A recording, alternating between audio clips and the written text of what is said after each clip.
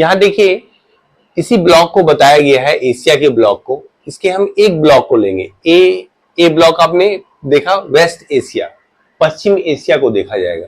तो पश्चिम एशिया को यदि हम देखते हैं तो यहाँ हम आपको बताए थे भूमध्य सागर। तो भूमध्य सागर से जुड़े हुए जो देश होंगे वो पश्चिम एशिया के इस ब्लॉक में हम पढ़ेंगे। सबसे पहले भूमध्य सागर वाले देश। अब भूमध्य सागर से कौन कौन से देश जुड़े हैं, यहाँ देखिए भूमध्य सागर का क्षेत्र है, तो इसको भी हम ब्लॉक में बांट दिए, खंडों में बांट दिए। एक ब्लॉक में आपका देखिए भूमध्य सागर, एक नंबर जो दिखाया जाएगा भूमध्य सागर के क्षेत्र, और यहाँ ईरान बगदाद को दिखाया जाएगा। इस क्षेत्र में इराक और ईरान के क्षेत्र को देखेंगे इस 3 वाले ब्लॉक में। 2 वाले ब्लॉक में आपने अरब प्रायद्वीप को देखेंगे, और फिर ये जो है खाड़ी के देश जो है गल्फ कंट्री है उसको देखा जाएगा।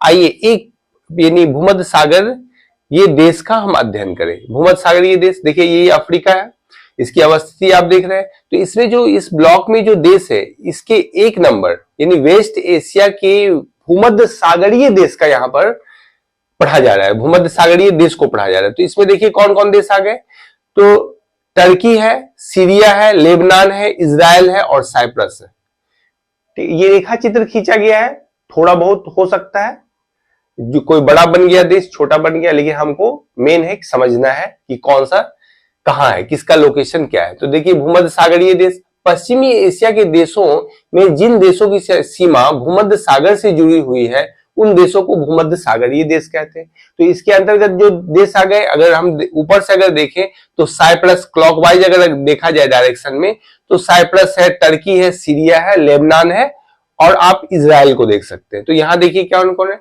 टर्की की राजधानी अंकारा, सीरिया की राजधानी दमिश्क, लेबनान की राजधानी बेरूत, इजराइल की राजधानी यरूशलेम।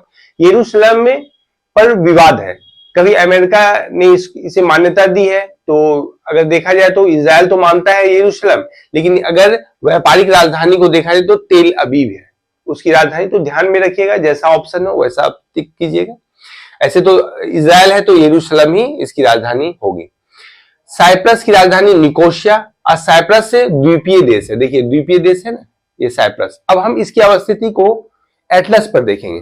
तो एटलस पर यदि आपको दिखाई दे रहा हो तो ये देखिए, ये आप अफ्रीका है, ये अफ्रीका से सऊदी अरब देख रहे हैं ना, ये रेखा चित्र के माध्यम से हम बताएं 2 नंबर आपका सऊदी अरब का यानी अरब प्रायद्वीप का क्षेत्र है।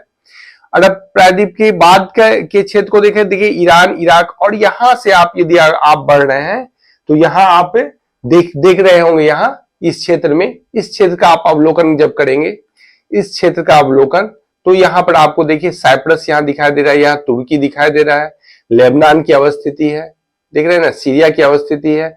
यहां पर देखिए ये पूरे देश का यहाँ जो देश यहाँ पर लिखा गया है ये तमाम यहाँ पर चिन्हित किए गए हैं इसको। तो आपका काम है एटलस में इसको देखना, एशिया को आप एटलस पे देखिएगा, देशों को समझिएगा किसकी अवस्थिति कहाँ है। 1-2 बार प्रैक्टिस कीजिएगा, लिख के प्रैक्टिस करने की कोशिश कीजिए।